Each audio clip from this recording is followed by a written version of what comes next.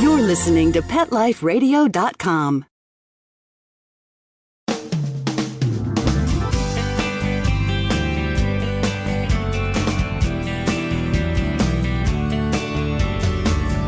Hello and welcome to Working Like Dogs on Pet Life Radio.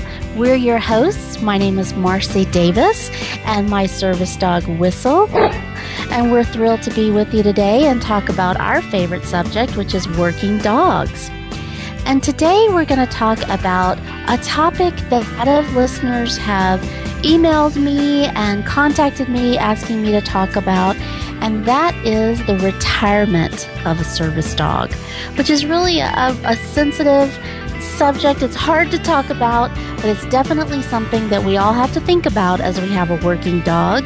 So we're going to take a quick break and hear from our sponsors, and then we're going to come right back and dive in and start talking about the retirement of a service dog. So please come back and join us.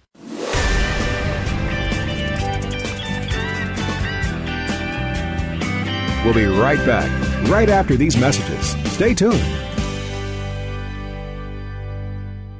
Pawfume Dog Grooming and Finishing Spray is proud to be a new sponsor of Pet Life Radio. Pawfume's super long-lasting sprays are available in 4 unique fragrances. Each Pawfume spray is fortified with the finest conditioners and detanglers to make combing out your dog more fun. Pawfume retails for only $2 per 6-ounce bottle. Pawfume is available nationwide at all Dollar General and Family Dollar stores. Why pay more to have your dog smell great?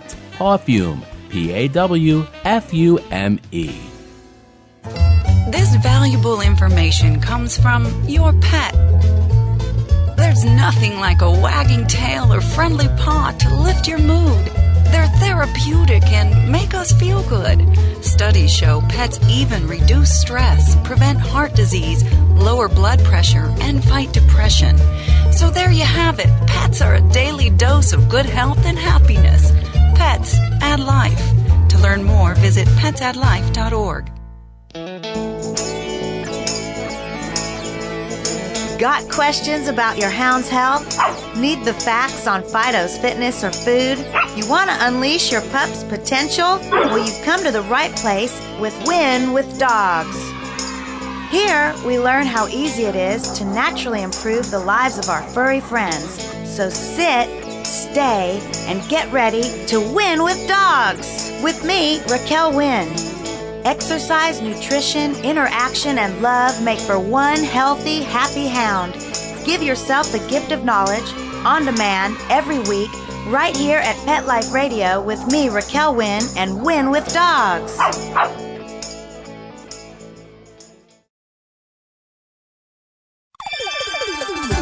Let's talk pets on PetLifeRadio.com.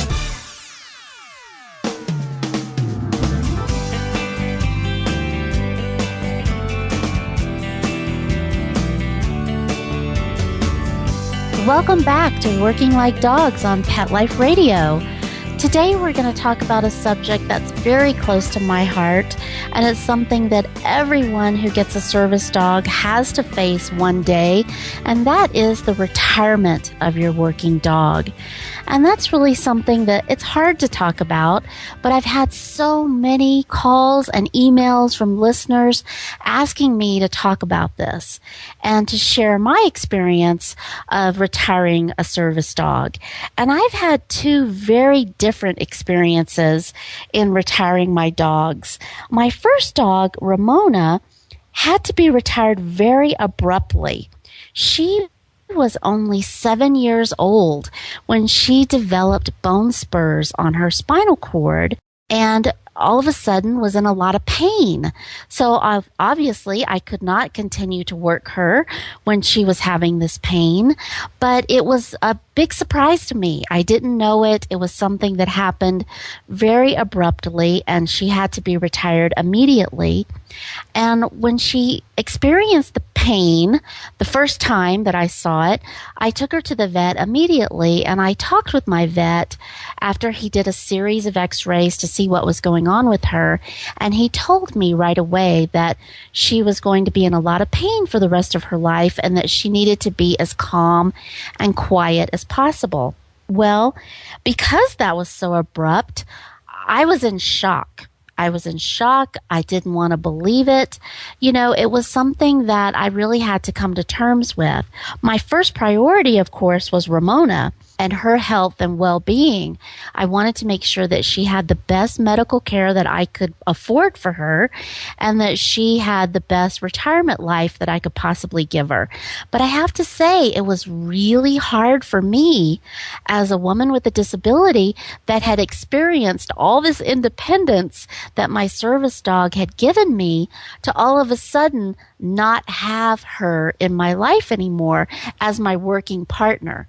I had her in my life now as my pet since she was going to be retired, but I really struggled with how to deal with not having my working dog. So I called my agency right away and talked with them.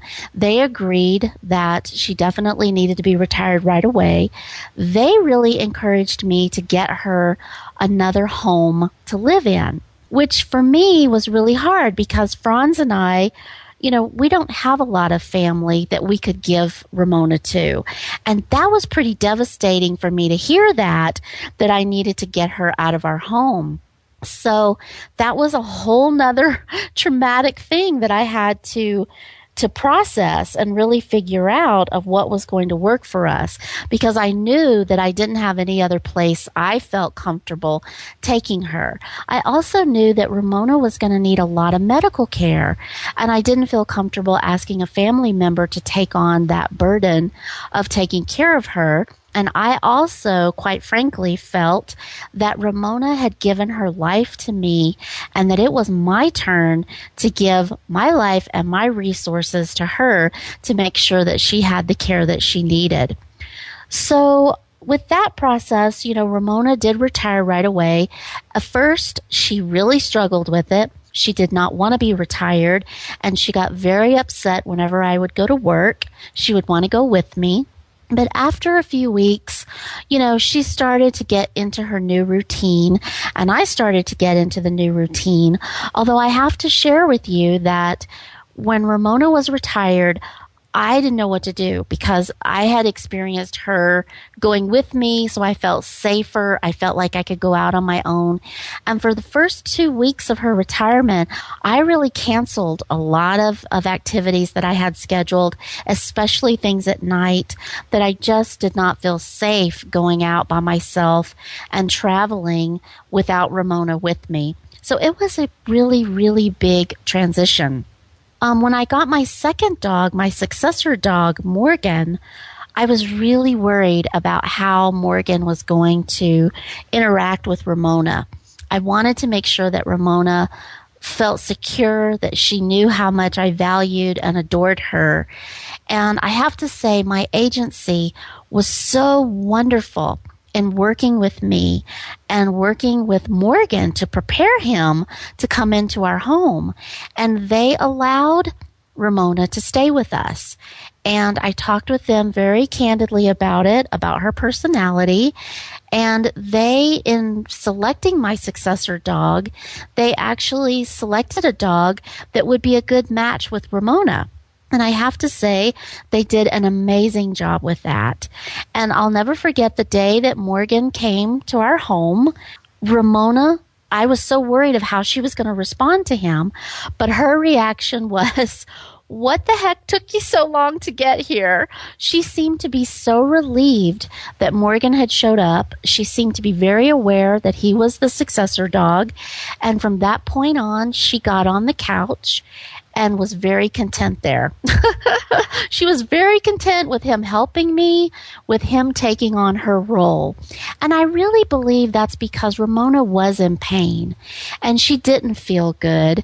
And she really was relieved that he was there and she knew that I was being taken care of. So that transition from Ramona to Morgan was so much easier than I ever thought it was going to be, because I thought she'd be devastated by another dog coming into our home, but quite the opposite. She was the big sister that would boss him around. When he was learning to work with me, she would watch him and supervise him. And if he didn't do something right the first couple of times, she would get up and literally show him how to do it and give him the stink eye, like, what's wrong with you? But it was just amazing of how she was the big sister. And he totally adored her and let her be the queen that she was. And he was so respectful. And it was as if he knew in the pack that was our home that she was number one and he was number two. And he was totally content with that. So it was wonderful.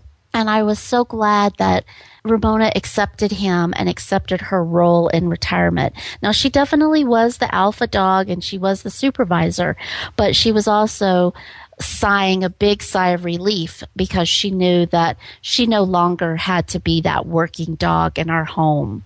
So I tell people that the happiest day of my life was getting my service dog. It always is. Every time I get one, it's just so wonderful. But some of the saddest days of my life have been dealing with the retirement, dealing with the loss of my dogs, which we're going to talk about that more in other shows about the actual death of service dogs, because I think it's something that we really don't think about until we're experiencing it. And it is so difficult, or at least it has been from my perspective. It is so difficult to retire a dog that you are so in sync with. That dog knows you so well. You've worked together for years. You've really built a rapport, a trust, a real connection between the two of you. And then to have to let that go and replace it with another animal that you don't know. You don't know their little habits, what makes them tick, what freaks them out and scares them, or what makes them feel good, what they like to do. And you know all those things so deeply with your working dog that it's really, really difficult to let go of that and to build another relationship with a successor dog. But I have to say that I've now done that. And I did it with Ramona when I retired her and got Morgan. And then when Morgan now has had to be retired. And retiring Morgan has been a very, very different experience. And Morgan is still with us in our home. But he, this is another thing I share with people, is that when you have a service dog, you need to start looking for the signs of aging. You need to be really aware of your dog, as you all know, but you really need to watch them and see how well are they holding up daily to your routine. The first little signs I started noticing in Morgan was Morgan always stood so by my side, and he and I would go shopping and run errands and do all kinds of things. But I started noticing that when I was shopping, Morgan, whenever I would stop to look at something, he would lie down. And he used to not do that. So that was the first little inkling that I saw that Morgan was getting older and he was aging. And that was going to be something that I was going to have to pay attention to. And I was going to have to make sure that Morgan was healthy enough to continue doing the work that I needed him to do. And the other little piece of advice that I have for you is to really talk with your agency and your vet. Really be honest with them about what you're seeing in your dog and talk with them about that and get their advice. Because one of the things I love about my agency, Paws with a Cause, is that you have to, every year and a half, I have to get recertified with my dog, and I have to get a form completed by my vet that talks about my dog's medical condition. What kind of shape are they in? When did they get their last shots? What's their weight? How are they doing physically? And I think that's so wonderful to monitor it that way, because it really gives you a baseline of information that you can really watch and monitor your dog's aging and their overall health. And I think that's really good. And it can creep up on you, and you could really not realize how much your dog is aging until a professional really looks at them and really evaluates their different aspects of their health. And I think that's a really good thing. And that's something that I really encourage people. Talk to your vet. talk to your agency about what you're seeing. Because when I started seeing signs of him slowing down, I talked with my vet about it. And my vet told me, at different points of his life and different signs that I should be looking for, that really educated me so that I can make sure, again, that I was giving Morgan and all my service dogs the best care that I could possibly give them. Another thing that Morgan started doing that I noticed was he always was ready to go with me whenever I would leave the house. But sometimes he started slowing down a little bit, where he wasn't as excited to run to the door in the mornings. He'd be looking at me like, isn't it Saturday yet? Can't we stay home today? He really started becoming more of a homebody. He wanted to stay home, and he wanted me to stay home. And I started realizing that he was really tired and that he really didn't want to go because he was getting tired and he was getting older. And his joints and things, it was getting more difficult for him to jump into my van, for him to jump onto the seat. It was becoming more and more difficult for him as he was aging, as it does all of us as we age, which is really no fun.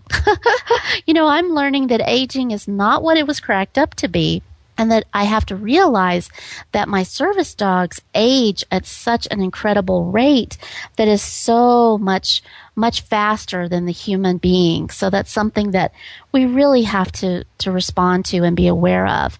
And the other thing I realized is that every dog is different. And every retirement experience can be different. Ramona didn't feel good, so she was really ready to retire. But Morgan, on the other hand, was not ready to retire.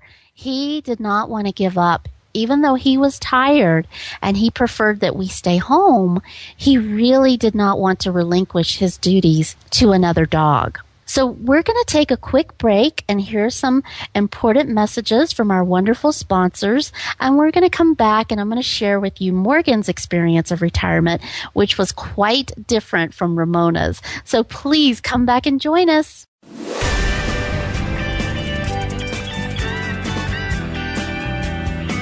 We'll be right back, right after these messages. Stay tuned.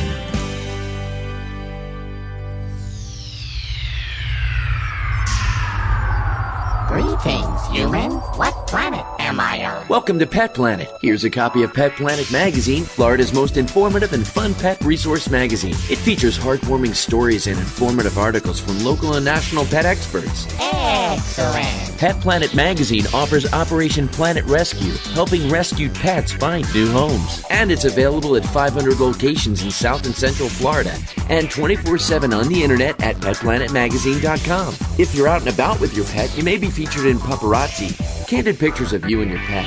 For up-to-date pet-friendly events, activities, and pet-related services and products, Pet Planet Magazine is your final destination. I shall take this magazine home with me. Back to your home planet? No, to my condo in Boca.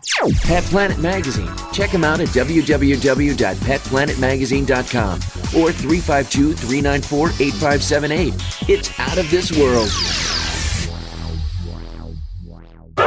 It's time for school for you and your friends, your furry best friends. Train your dog the fun and easy way with Teacher's Pet Sessions. Teacher's Pet host Pia Silvani teaches you step-by-step how to train your dog the fun and easy way. You get 8 30-minute live audio training sessions, complete transcripts of each session, plus a basic training manual to get you and your dog off to a great start.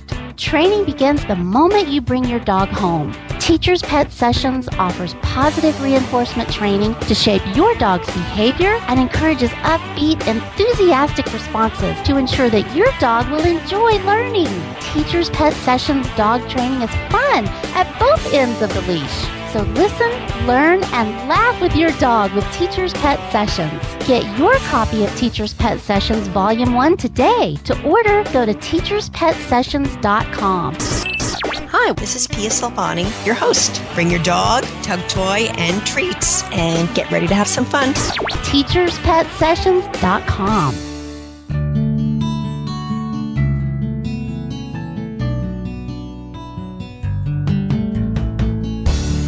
When you're looking to add a pet into your life, consider adopting a homeless animal from your local shelter or rescue group. Whether you want a kitten, puppy, or a more mature pet, a purebred or a one-of-a-kind mixed breed, even a rabbit or hamster, your shelter has the best selection of animals anywhere, all screened for good health and behavior. PetLifeRadio.com presents Take Me Home with your host, Susan Daffron. Join us each week as we showcase wonderful pets, tell stories, and even throw some pet education into the mix. So get ready to find out why the pet adoption option can be a great way to add a furry companion into your life. Take Me Home every week on demand, only on PetLifeRadio.com.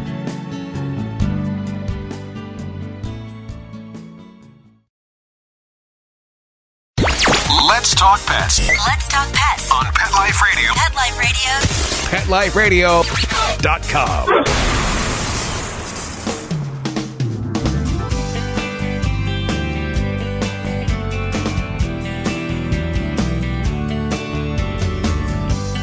Welcome back to Working Like Dogs on Pet Life Radio.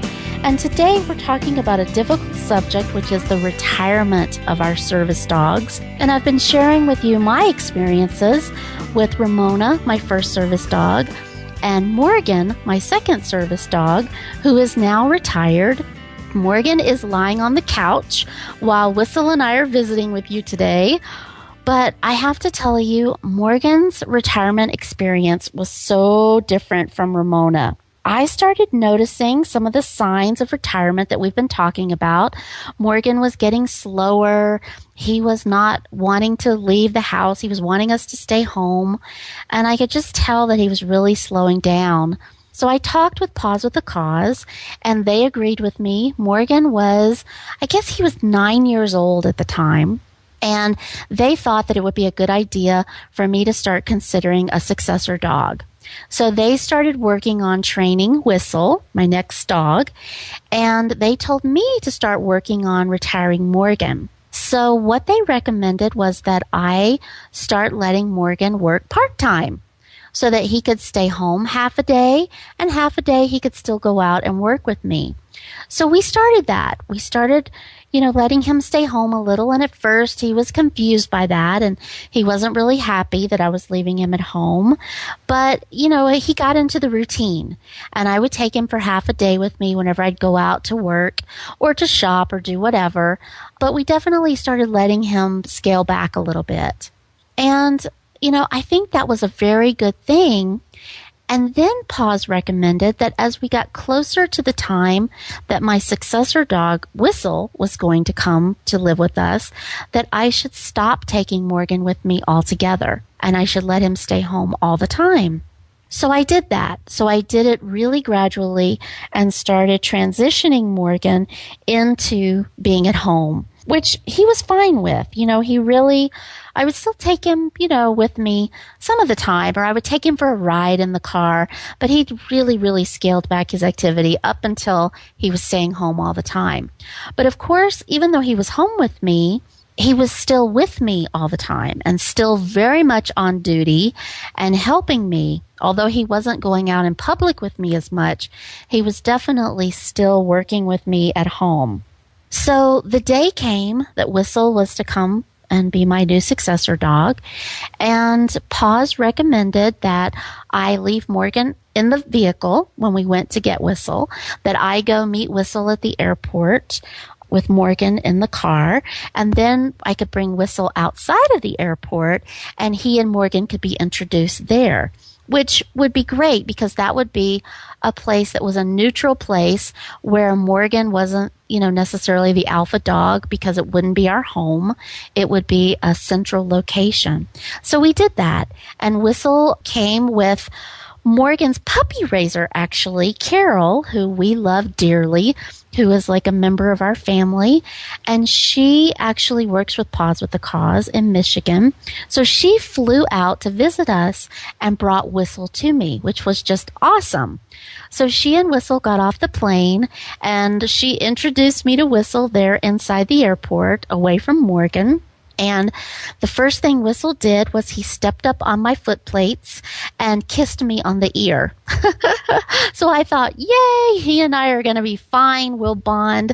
But I was really concerned about how he was going to respond to Morgan and how Morgan was going to respond to him. So we took Whistle outside, and Franz went and got Morgan out of my van, and we had the introduction outside. And everything was fine. Morgan was fine with Whistle, and we came home. And then Morgan was like, well, is Whistle here with Carol? I think he thought that maybe Whistle was just our guest for a few days. So when Morgan realized that Whistle wasn't our guest, that he was staying with us, his attitude changed. And he wasn't too happy about that. And Paws had told me just to spend some time with Whistle, not to start working him, but just to start bonding with him. So I was trying to do that, but I have to say it was very difficult with Morgan. Morgan did not want me bonding with Whistle. Morgan did not want Whistle getting in bed with me.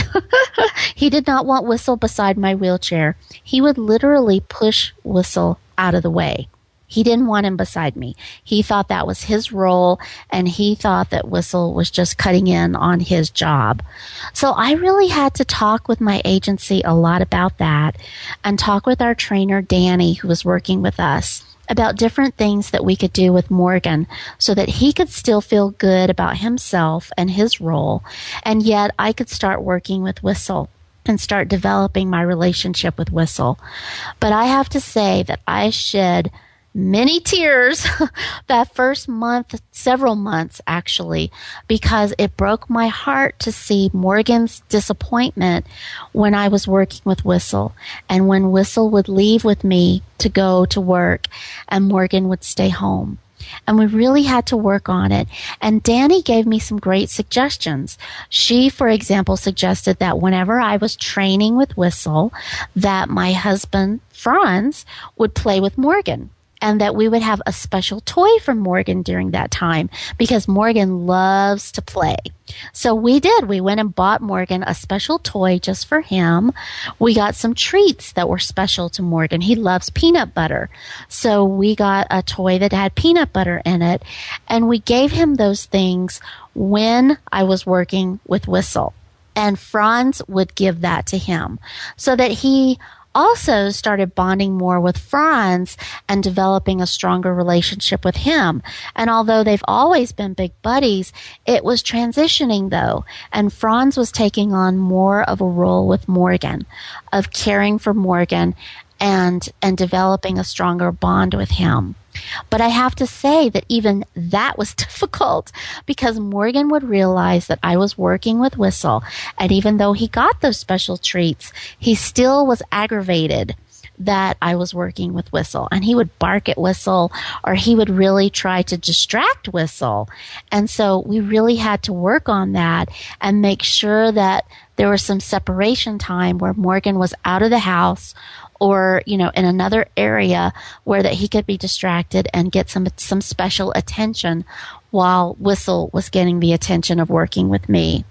But even with that, it was still a struggle. I mean, I have to be honest with you, it was not the easiest. And I think it would have been easier if I would have had somebody I could have given Morgan to. But that wasn't the case for me. I had to keep Morgan, which I was thankful I could keep him, but it also made the transition much more difficult. I was hoping it would be the same experience that it was with Ramona, that Morgan would be relieved when Whistle got here, but that was not the case at all. Morgan was not happy about it, and he let me know, and he let Whistle know that he had no place in our house and that he was the number one dog. So another thing that Danny suggested that I do with Morgan is that I let him do some tasks as well, and I let him work a little bit at home. So I did that, and I have to say that Morgan has now been retired 3 years, and Whistle has been with me 2.5 years, and I still to this day let Morgan do some tasks because it makes him feel better about himself, and it just really helps for him to feel like I still need him. Another thing that I do with Morgan is I still put a little backpack on him. Although he's retired and I don't take him out in public, I still sometimes put his little backpack on him and let him think that he's working around the house. And I'll take him for a ride in my van and I'll put his little backpack on him and let him think that he's actually working. And I think that that's really helped him and makes him still feel like he's important and that he can still do those tasks. So, it's definitely gotten easier over the last 2.5 years. And there are definitely some times that I also will let Whistle stay home if I'm just running somewhere really quickly and I'm, going to go through a drive-thru to drop off some clothes at the cleaners or something, and I'm not going to get out of my van. I might let Whistle stay home and I'll take Morgan with me in the van so that he thinks he's still working and he thinks he's having some special alone time with me. And Danny also told me that she thought that was a good thing for Whistle, to keep Whistle sharp and for him to realize that Morgan can still work and that he really needs to keep his skills sharp as well. And I have to say that that certainly seems to be the case. And it's really been good for both of them to realize that they both are very important and they both have important roles in our home. Morgan definitely is the alpha dog. He still bosses Whistle around, and Whistle is so respectful to Morgan, just like Morgan was respectful to Ramona. But I've learned that I have to get 2 of everything. I can't just have 1 toy for Whistle and not give the toy to Morgan. If anything, Morgan gets the toy and Whistle doesn't, because Morgan has to feel like he's still number 1. But I just love that when they do play, that Whistle will always relinquish the toy to Morgan. He always respects him. And I have to tell you that for the longest time, Morgan would not even play with Whistle. Whistle would beg for him to play with him and chase him in the backyard, and Morgan wouldn't have anything to do with him. He pretended that Whistle was a foster dog and that Whistle was going to be leaving any day. But over the last 6 months to a year, that's really changed. And now Morgan acknowledges Whistle, and sometimes they'll play, not all the time. But now I have noticed them playing and Morgan, trying to chase him or have some fun with him, which is really great to see. And Morgan also is aging more. He's had some health problems. And he definitely, at first when I got Whistle, I felt so guilty. And I thought, did I retire Morgan too soon? Should I not have done this? Because as I said, Morgan did not accept Whistle right away and he was so devastated. But, I don't think that. I think that I did retire Morgan at an appropriate time. Morgan was definitely slowing down and he could no longer work with me like I needed. And it was really time for him to be retired. But all of those feelings of guilt, all of those, what if I did this? Should I have done that? That's so normal to go through.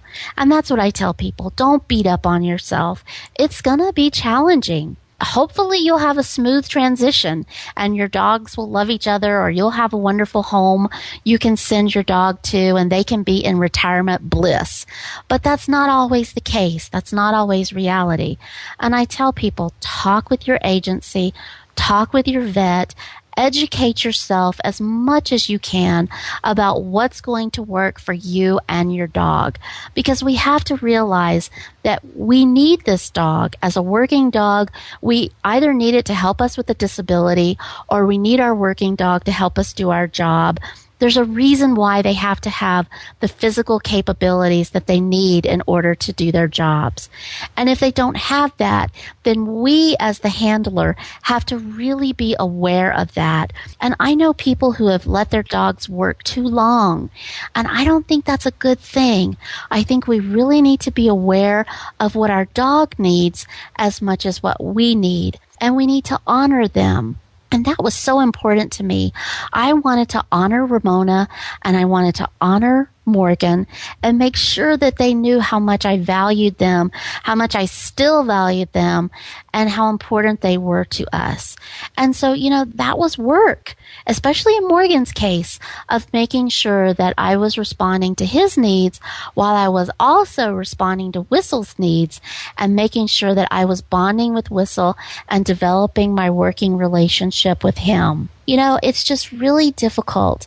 And I also tell people, ask questions of your agency about their retirement policies at the beginning of your relationship with that agency.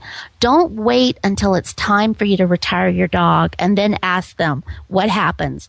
You want to ask that right up front as you are applying for a service dog. Ask them what their policy is about retirement. Will you own your dog? Will the agency own the dog? Does the agency require you to remove the dog from your home before you can get another dog? Will they train your successor dog to be prepared for your current dog? There's lots of questions that you need to ask. Again, what are their policies and how will they work with you in getting your successor dog and honoring your dog that's being retired? Because if you take if you plan, you can really save yourself and your dog a lot of heartache and make it as smooth a transition as you possibly can.